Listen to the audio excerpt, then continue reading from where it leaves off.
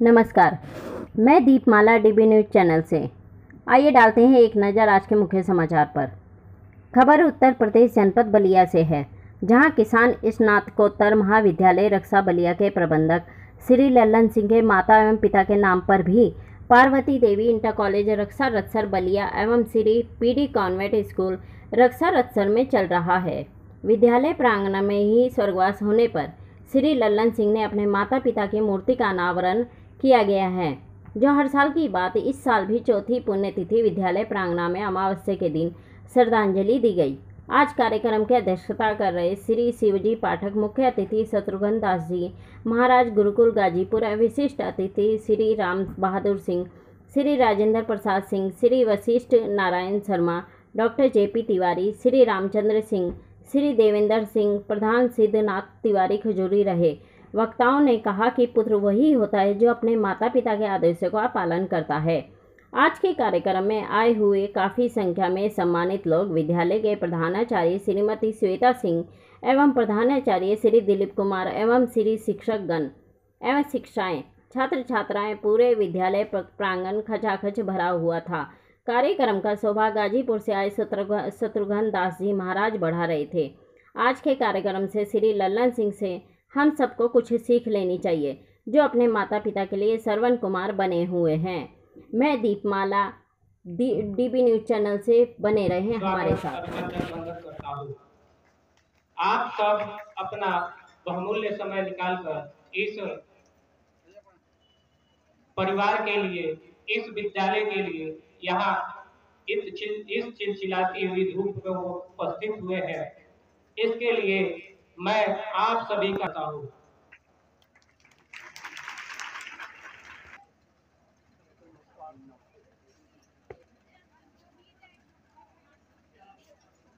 कर मास गणपति वंदन को करता हूँ, हो कामनाएं सबकी पूरी। और किसी रिश्ते से इनका प्यार कभी ना दो, माँ बाप बड़े अनमोल है, माँ बाप बड़े अनमोल, माँ बाप बड़े अनमोल है, माँ बाप बड़े अनमोल। जैसी भी औलाद भले हर आन दुआएं देते हैं, हर आन दुआएं देते हैं। चुन के औलाद की माता सर की बलाएं लेते हैं, सर की बलाएं लेते हैं। इनकी ममता और शफकत में, इनकी ममता और शफकत में आता नहीं है जो।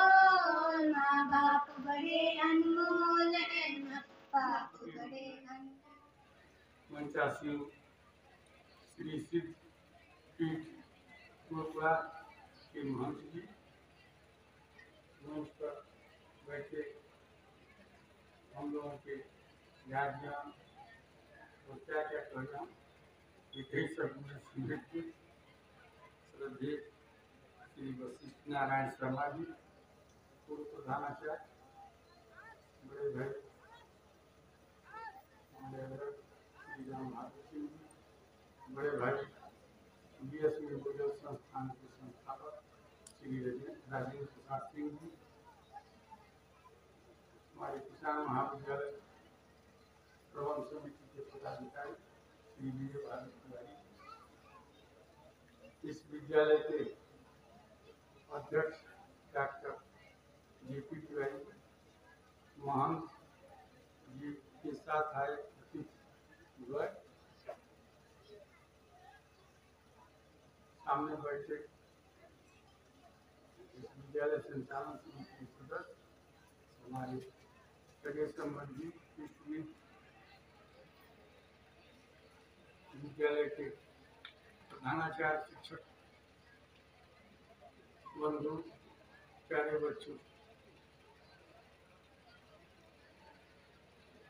माता पिताजी के नाम पर संचालित विद्यालय के नाम पर हमारे बुलावे पर आप लोग आए, बहुत बहुत आपका हृदय की गहराइयों से स्वागत करते हुए आभार व्यक्त करता हूँ कि आप लोगों ने माता पिता जी के नाम पर संचालित उनके स्मृति में आयोजित श्रद्धांजलि सभा में आप उपस्थित हुए,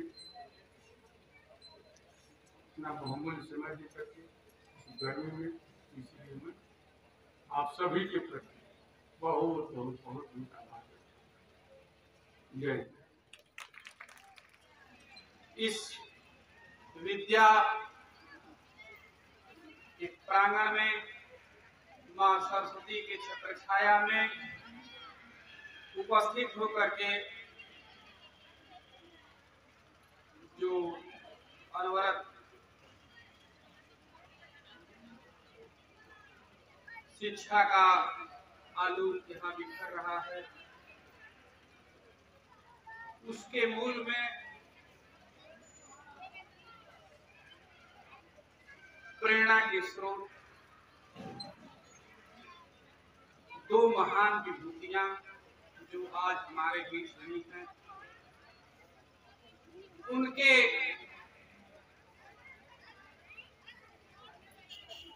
पुत्र संस्थापक प्रबंधक और वर्तमान के शिक्षा जगत के जाने माने इस क्षेत्र के संस्थानों में महत्वपूर्ण स्थान रखने वाले बाबू गगन सिंह, इनके द्वारा मुझे यह ज्ञात हुआ है, लोगों के द्वारा इस शिक्षा के जगत में आपने बहुत ही महत्वपूर्ण कार्य किया है, जिससे आपका नाम इस पूर्वांचल में काफी प्रचलित है। अभी आपने पूर्व में यहाँ पर उपस्थित विद्वत समाज परिवार के सदस्य, प्रबंध तंत्र के लोगों के द्वारा और विद्यालय के बच्चों के द्वारा भिन्न भिन्न विषयों का अवलोकन किया, जिसमें कुछ भी छूटा नहीं। अंत में तिवारी जी ने आध्यात्मिक जगत से आपको ओत-प्रोत कराते हुए माता पिता के महत्वपूर्ण स्थान को परिभाषित किया। इसके पूर्व में आज के दिन के बारे में राय साहब ने बहुत ही पैनी दृष्टि से उस पर प्रकाश डाला। मुझे यह ऐसा ज्ञात होता है कि जिन जिन बातों का यहाँ पर आप लोगों के समक्ष वर्णन हुआ है, उसमें कुछ शेष कहना बाकी नहीं। हम लोग परिप्रेक्ष्य में चर्चा करने के लिए, उसको ग्रहण करने के लिए और शिक्षा को देने और लेने के लिए, यह धरती बलिया की आध्यात्मिक जगत से परिपूर्ण है, राजनैतिक दृष्टि से भी परिपूर्ण है और त्याग के क्षेत्र में, बलिदान के क्षेत्र में भी यह किसी से छुपा नहीं है कि इसका इस भारत भूमि में क्या योगदान है। अब हम लोग आ जाते हैं आध्यात्मिक क्षेत्र में। मां सरस्वती का जहां भी प्रकाश प्रकाशित होता है, वहां अंधकार नाम का कोई चीज नहीं रहता। लेकिन मैं आपको बता देना चाहता हूं कि हम लोग यहाँ पर उपस्थित हैं, लेकिन यदि सूर्य का प्रकाश न हो, उसका सहारा न हो, तो हमारा ये जो शरीर है, हमारे पास जो नेत्र है, उनको कुछ भी दिखाई देने वाला नहीं है। इसके लिए हमें एक आलम्ब की आवश्यकता होती है।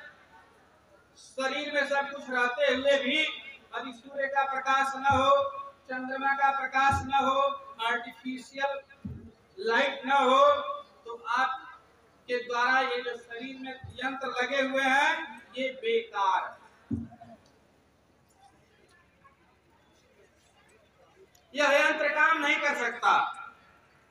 यदि आपको यकीन न हो, आप रूम में जाइए, बंद कर लीजिए, पूर्ण रूपेण उसमें अंधकार छा जाएगा और आप अपने नेत्रों से देखें क्या है, आप देख लेंगे। ऐसा नहीं हो सकता। इसलिए हमें जानना जरूरी है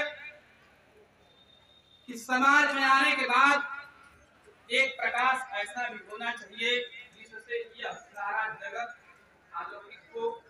उसके लिए हम लोगों ने समाज में शैक्षणिक संस्थानों का निर्माण किया है और यहाँ पर आकर के आध्यात्मिक, सामाजिक और व्यवहारिक हर ढंग की शिक्षा के लिए हम लोगों ने व्यवस्था किया।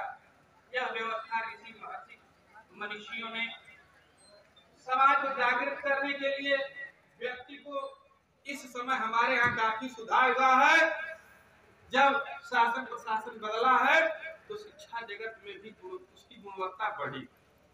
इसी के साथ मैं अपने वाणी को विराम देता हूँ और माँ सरस्वती के प्रांगण में यह प्रार्थना करता हूँ कि यह विद्यालय दिन प्रतिदिन बढ़ता जाए, इसके बच्चे देश विदेश और हर क्षेत्र में जाकर के अपने नाम को रोशन करें। माँ सरस्वती को नमन करते हुए, यहाँ के जनता जनार्दन को वंदन नमन करते हुए मैं अपनी वाणी को अर्पण कर रहा हूँ। आप देख रहे होंगे कभी कभी ऐसे कार्यक्रमों में जैसे भगदड़ की स्थिति हो जाती है, पता ही नहीं चलता है कि क्या हो रहा है, लेकिन हर चीज एक सिस्टम है।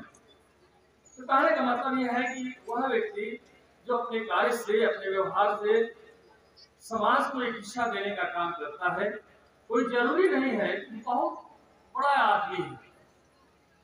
हम लोगों की मुलाकात उन लोगों से नहीं हो पाती जो राष्ट्रीय फलक पर हैं, जिनके कार्य, जिनके व्यवहार को हम ठीक से नहीं, नजदीक से नहीं देख पाते हैं। तो मान लीजिए आजकल इलेक्ट्रॉनिक मीडिया में, इंटरनेट के माध्यम से हम देखते हैं कोई भी क्रियाकलाप होता है देशव्यापी या राष्ट्रव्यापी या अंतर्राष्ट्रीय स्तर पर, तो हम देखते हैं, समझते हैं। अदरवाइज हम भौतिक रूप में उसका आनंद नहीं ले पाते हैं। हमें ठीक ठीक सीखने का अनुभव मिलता है जब भौतिक रूप से किसी कार्यक्रम में हम शामिल होते हैं। अभी मैं बात कर रहा था इनके माता पिता की। माता जी बड़ी ही सरल और पिताजी के बड़े ही इतने स्पष्ट बोलने वाले और आवाज भी बहुत बुलंद है। ये कहा जाता है, श्रीमद् भगवद गीता में कहा गया कि हमारा शरीर मरता है लेकिन आत्मा तो मरती नहीं। वासं जीर्णानि यथा विहाय नवानि गृह्णाति नरो प्राणि तथा शरीराणि विहाय जीर्णानि अन्यानि संजाति नवानि देहि। यह आत्मा दूसरे शरीर को धारण कर ले। हम यह जो श्राद्ध का जो पर्व है, इस पर्व पर हम दिवंगत आत्माओं तृप्त करने के नाना प्रकार के अनुष्ठान करते हैं। नाना जैसे भी उनका तर्पण हो हम वैसा प्रयास करते हैं। ये हमारी मान्यता है, हमारी आध्यात्मिक, हमारी हिंदू दार्शनिक, हमारी धार्मिक मान्यता है। इसका हम अनुसरण करते हैं क्योंकि ऐसा नहीं कहा गया। भगवान श्री कृष्ण ने कहा, नैनम छिन्नम सहस्राणि नैनम दहत पावका न शयनम क्लेदयत्यापो न शोषयति मार्गः। यह आत्मा जो है अमर है। यह आत्मा जो है अनंत काल तक इसकी उम्र है, इसको गिना नहीं जा सकता। एक बार हम लोग यूनिवर्सिटी में पढ़ रहे थे तो एक और केवल 2 वाक्य आपके सामने रख रहा हूँ। केवल पहला वाक्य है कि हमारी कथनी और करनी एक हो, इसके लिए हमेशा प्रयास करें। जो गुरुजनों के द्वारा मिला है उसको व्यवहार में ले आवें। और हमारा देश पहले कैसा था, अब क्या हो गया है, और यदि सुधार नहीं करेंगे तो क्या होगा, इन 3 प्रश्नों पर विचार करें। छोटे छोटे बच्चे भी कर सकते हैं विचार, और वे आगे बढ़ाएंगे। हम भी विचार करें कि पहले क्या थे, क्यों बिगड़ गए और कैसे सुधार होगा।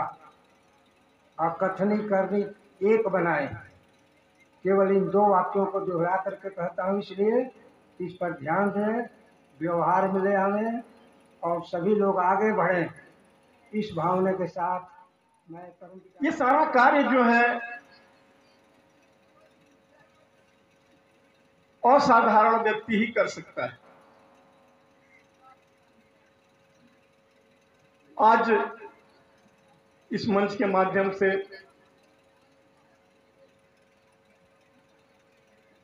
अपने बड़े भाई लल्लन सिंह जी को भी मैं प्रणाम करता हूं, जिनके वजह से